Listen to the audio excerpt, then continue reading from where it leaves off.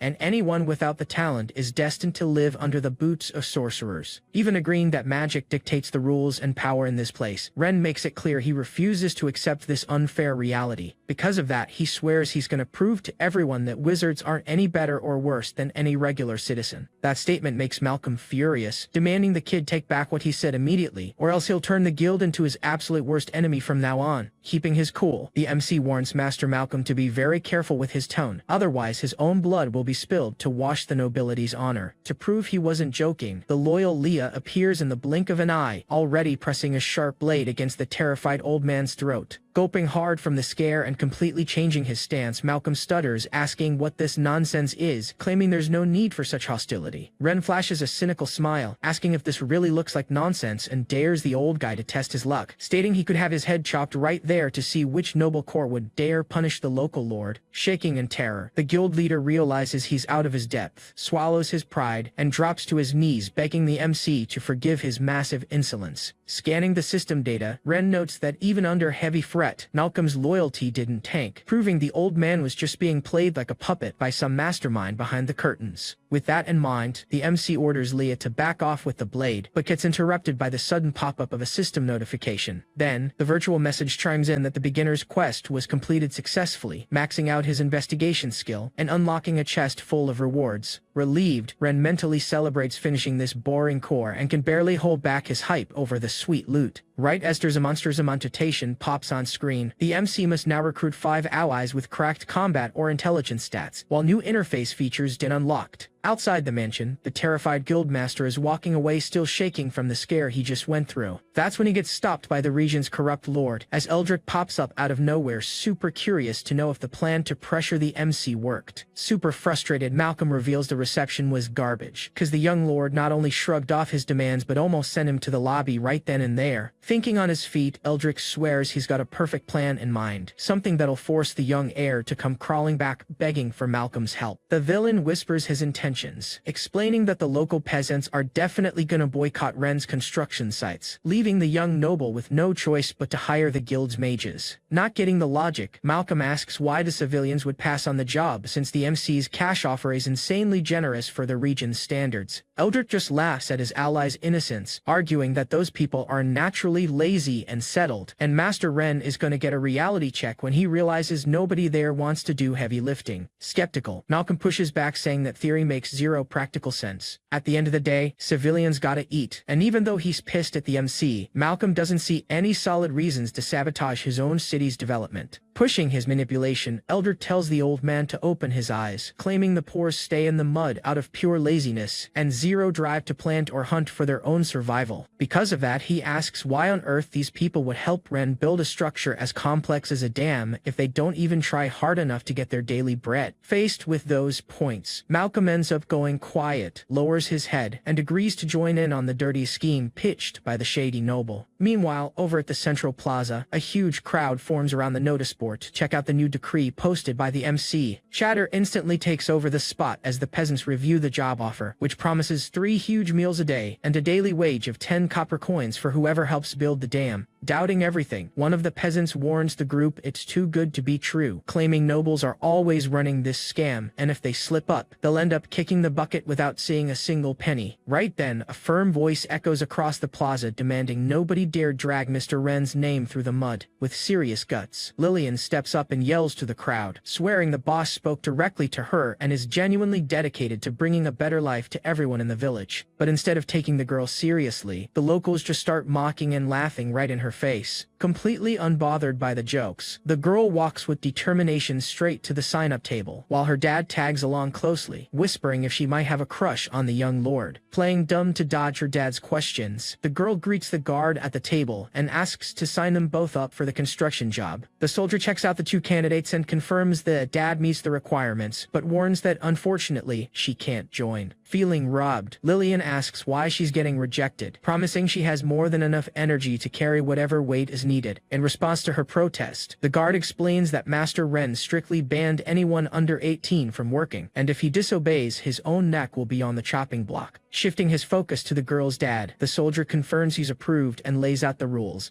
an 8-hour daily shift, guaranteed food, and 10 copper coins paid every day at quitting time, just needing a thumbprint to start tomorrow. With everything settled, Lillian begs her dad to do his best and not throw the shot away, getting a promise back that he'd never step foot near a betting table again. Right after, he also asks his daughter to head home soon to take care of her sick mom, who can barely get out of bed for her daily chores. Moved by hearing about the family's rough situation, the officer calls them back before they can walk away. So, the soldier asks if he heard right about his wife being sick, getting a sad nod from the worker, who is totally confused by the sudden curiosity. That's when the guard explains that Master Ren decreed that workers' families get free housing in the new dorms at the construction site, making the guy's eyes go wide in pure shock. To make it clear, the guard explains this setup will act as a temporary home with all the necessary support as long as the dam construction lasts. Deeply moved, the worker can barely hold back his happiness, remembering the daily nightmare it would have been to carry his weak wife back and forth. The guy is so overwhelmed with gratitude that he drops to his knees to say thanks, but the guard quickly tells him to get up and promises to send a wagon to move their stuff to the new place. Witnessing that touching scene, the rest of the crowd finally realizes the new lord's offer wasn't just cheap talk. Because of that, a massive line quickly starts forming in front of the board to lock in those applications. Next up, we're taken back to the MC's office, where he's locked in trying to decode the new alerts floating on his holoscreen. The system unexpectedly congratulates him on the win, revealing his special prize is a detailed blueprint for a modern lithium iron phosphate battery. Super confused by this random drop, the guy mutters, asking if this is a joke. He gets so furious that he starts yelling at the system, asking what the hell this high-tech gear is good for without a compatible electric generator, sarcastically wondering if he's supposed to wait for a lightning strike to charge it. Ignoring the user's meltdown, the panel just updates the new quest objectives, focusing on recruiting 5 local prodigies for his personal army. His eyes on the closest options, the MC considers investing first in leveling up his loyal assistant Leah, but checking her stack sheet closely, he realizes the girl has already hit the max ceiling of her physical limits, leaving zero room for immediate upgrades. Faced with this cap, he figures the only real play is to take a tour around the village to sniff out some hidden gems. However, his train of thought gets brutally cut off by urgent knocking on his office door. It's Leah announcing Lillian's visit, who rushes in bringing the news that a weird vibe took over the construction site, leaving all the workers completely sluggish and spaced out. This sudden drop of info leaves the MC super intrigued and on high alert. Cutting over to the build site, Lillian is seen giving her dad a massive scolding for dropping his tools yet again. With a slurred voice, the old man swears up and down he isn't slacking, explaining that some unexplained fatigue took over his body since dawn, hitting almost every other worker in the sector. Losing patience, the girl starts chewing out the whole group, accusing them of trashing the golden opportunity the young lord handed them. One of the guys yawns from sleepiness and tries to defend himself, saying it's not on purpose but a bizarre weakness just drained everyone's energy without warning. Also, an older dude suggests their bodies felt a sudden shock from being inactive for so long, while another worker thinks a good night's sleep would fix it all. Annoyed by the excuses, Lillian demands they cut the crap, insisting the so-called fatigue epidemic is nothing but collective laziness. Right at that moment, the MC pops up on the horizon to check out exactly what the heck is actually going on there. Walking closer, his eyes lock straight onto the girl's dad, who has already collapsed on the ground in a deep sleep. Once he boots up his diagnostic scan, the young lord spots an active magical anomaly, confirming it's a nasty fatigue curse. Turning to the panicked girl, he clarifies that this sleepiness has nothing to do with physical exhaustion or some common illness. In reality, everyone there got hit by some dark magic. And just like that, everything changed, taking the whole situation into a way more tense and alarming direction. Suddenly, it all makes perfect sense, since Eldrick was trying to convince Master Malcolm to use his shadow powers to sabotage the workers with this plague. This also explains why the old man was so reluctant at first, because he fully knew that pulling this move was straight-up criminal cheating. Faced with this chaos, the MC decides to keep a cool head and take a deep breath. At that moment, he decides to pull out his secret geological mapping tool, which he originally planned to save only for the later stages of the project. This was his ace in the hole, kept exactly for when the dam's foundation was totally solid. Instantly, the system interface starts breaking down how this terrain scanning feature actually works. Thanks to this upgrade, the user can scan the soil's hardness, rare ore deposits, water flow, and rock formations of any selected area. Wasting zero time, the MC gives the green light to start the deep scan all around the site.